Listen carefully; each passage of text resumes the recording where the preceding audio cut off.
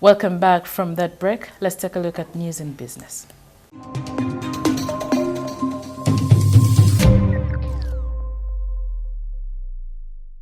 In business today, according to the new proposed Traffic and Road Safety Amendment Act 2019, public service vehicles will not qualify for license unless they belong to a company, registered association, partnership, or savings and credit cooperative society. Paul Busharizi, our business analyst, joins us to understand what this is about and the impact it has on the economy. The idea is that, look, we need to organize this thing. Right. That kind of arrangement doesn't quite work, especially if we want to improve public transport system in the city, or, in the country. So let's organize these people. So one, either now to have a taxi, either you form a company, then your taxi is in the company. That's a suggestion. Or you join another company which is already running taxis and you deposit your taxi there, and then, So I buy a taxi, Paul. I buy a taxi. I find an organization and say, okay, this is my taxi. Yeah. Please register. Yes. The idea, of course, is that it's easier to manage like that. You see, if we have 20 taxis owned by Lina and Daughters company, if the taxis have an accident, you don't know these things of and it happens now. The taxi has an accident, the driver takes off. Yes. No one remembers who the driver was. You, the one of the taxi, doesn't know who the driver was. It's all over the place. But now, we'll have a company, and if your company keeps on infringing, like they do the buses, they can delist all of you. So it's in the interest of a bigger group of people that things work properly. As it is now, Wow. they don't care. This is really good. I agree. This is really good. But what impact does this have on our economy? Yeah, I was just talking about the driver, the relationship between the driver and the owner, but there's the relationship between the driver and the taxi touts, and the driver and the stage managers, and the drivers, and it's all over the place. So I think, first of all, it will hopefully regularize this thing. So if, for example, you wanted to invest in the taxi business, you will be able to see, maybe how you would make money or not make money. Now, as it is, it's just all over the place. That's true. And then how does the government regulate? Will they still be, of course, paying taxes, there's this registration fees, there's all sorts of things. Exactly. So then even easier to collect things like taxes. Absolutely, yeah. I think but also, so. it's also if you have, new laws and you want to talk to a group that is interested in the thing, you have people to go to, as it is now. That's true. So if you're into the taxi business, please watch out. And I think it's really for your own interest and for, of course, us, people who use the taxis. Thank you, Paul. You're welcome.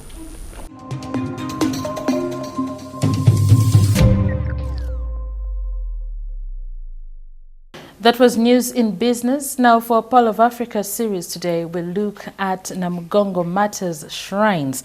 Today we look at Namugongo Uganda Matters Shrines, where most of the 22 canonized saints were killed in the orders of then Kabaka Mwanga from 1885 to 1886.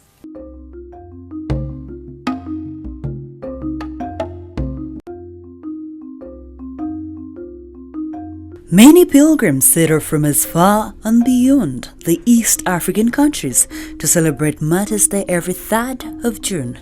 Since many people crowd the Uganda Martyrs Shrine, the pilgrims don't get the opportunity to see how beautiful this shrine was constructed. The Uganda Martyrs Shrine design cannot be found anywhere in Uganda. Even just standing outside the shrine brings a spectacular view you could have never imagined.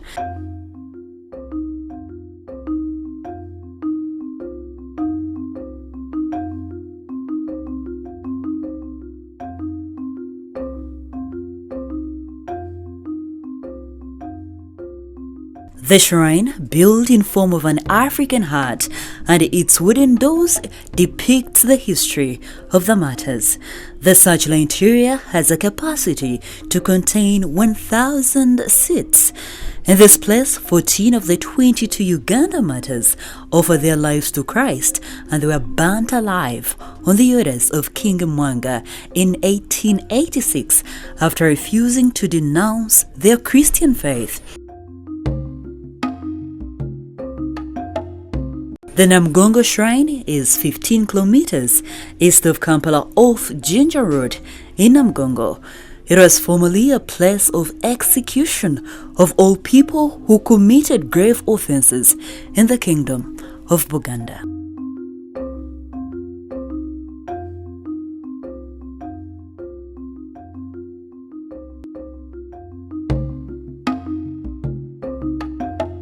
For more Pearl of Africa stories, visit our website www.newvision.co.ug/Pearl of Africa, or grab yourself a copy of the Sunday Vision that carries more of these stories. Now, for our special report, we look at the murders that have rocked Uganda. The country is still coming to terms with the gruesome murder of a border cyclist whose murder was captured on CCTV camera at the end of June. More shocking is the fact that Derek Murindwa was not the only victim of John Bosco Mujisha and Tamale, but many more have fallen victims and their motorcycles stolen and sold in city suburbs or in various places of the country. Now, New Vision TV brings you the murders that have left Ugandans in a lot of tears.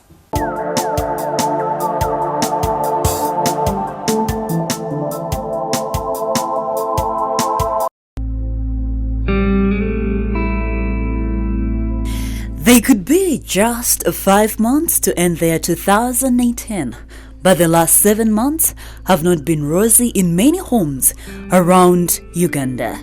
As the country connects the dots of the Raga murder, many more dots have not yet been connected. Let us start from the first month, January. On the second day of 2019, the New Vision reported 2 murder cases. 32-year-old Dennis Tumwesige Zinsanze, a casual worker at Chisubi Seminary in Wakiso, was allegedly murdered by unknown assailants who dumped his body along Nabinonia.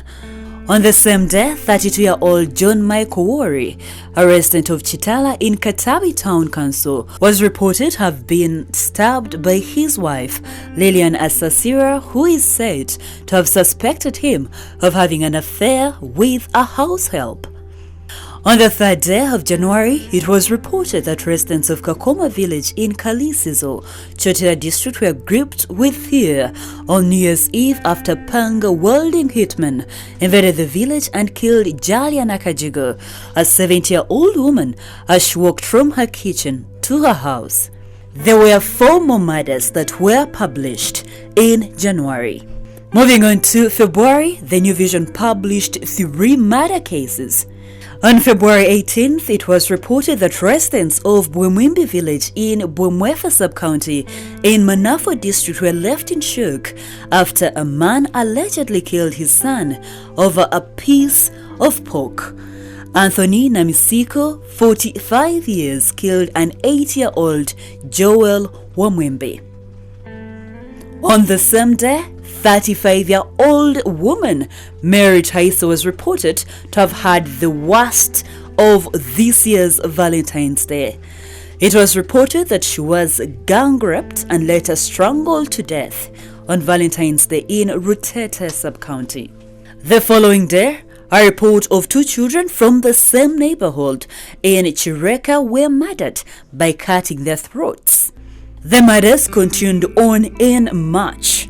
There was a climax in this month of Ronald Sebulime, who was shot dead by a police officer on orders for training State Minister for Information and Communication Technology, Ida Nantaba Erius, as she was driving from Kayunga to Kampala in the company of her bodyguard. Earlier that month, 5 children from one family were killed on Thursday, 14th March 2018 in Bufunjo sub-county, Chenjojo district by unknown assailants. The children were allegedly murdered in an act of revenge. They were attacked at their father's house, Stephen Tumwebaze, who was away on a business trip in Kasese. On the 12th of March, the police in Luwero were investigating the murder of a senior 4 student who was killed on her way home from school. The Savannah Region Police spokesperson, Paul Kanga, identified the deceased as 17-year-old Florence Namtebi, a resident of Buwanuka village in Luero. In April, a Rwandan businessman was shot dead in Kisoro. 52-year-old Lambert Sabaho was shot dead by unknown assailants who were traveling in a saloon car. This was reported on 17th April. On the 22nd of April, a primary 6 pupil Julius Amutuhaire from Chakahangire Foundation Primary School in Lyantonde district was not lucky to complete the 4th month of 2019. The head teacher of the school, Joshua Mjisha, was arrested for his murder. As April came to an end, it was reported that Panga welding men attacked a family, hacking one to death, leaving 3 with severe injuries in Masanyalaza zone, Najana Kumbi off Entebbe Road around midnight on Good Friday. The family head, Hajudis Chilugwajo, aged 48, did not survive his injuries. The month of May had quite a number of murder cases reported. On May 7th, 2 people, including a suspected robber and a security guy, were killed on the 6th of May 2019 during an armed robbery in Intinda, a Kampala suburb. One of the victims was Silas Tumwesije, a security guard. On May 9th, residents of Mabanda in Matuga, Wakiso district were shocked to find a shoeshine aged 25 years, Nicholas Tumuramia, who had decapitated his girlfriend, Helen Kanye, aged 23 years, following rumors that she was having an affair. On May 18th, a report came in of a police officer attached to Elgon Region Flying Squad who was killed in the exchange of gunfire with suspected thugs near Nabumali Town Council in Mbale District. On May 28th, it was reported that the bodyguard of Buvuma Woman Member of Parliament, Jennifer Nantume Egunyu, shot dead a member of her constituency. The deceased, identified as Sadiq Chizito, aged 35 years, was a resident of Chizimba landing site in Bugaya sub-county. As the month of May came to an end, on the 30th, there was a report of 2 people, Jimmy Atkuru and Frank Aruho, who were shot on the 29th of May 2018 and several injured by masked armed men in Nansana and fled with cash. On the last day of May, a prominent businessman, Wilbur Mayanja, aged 54, who had been a cattle trader for 3 decades, was attacked in Matuga, Wakiso district on his way to Semto in Nakaseke district.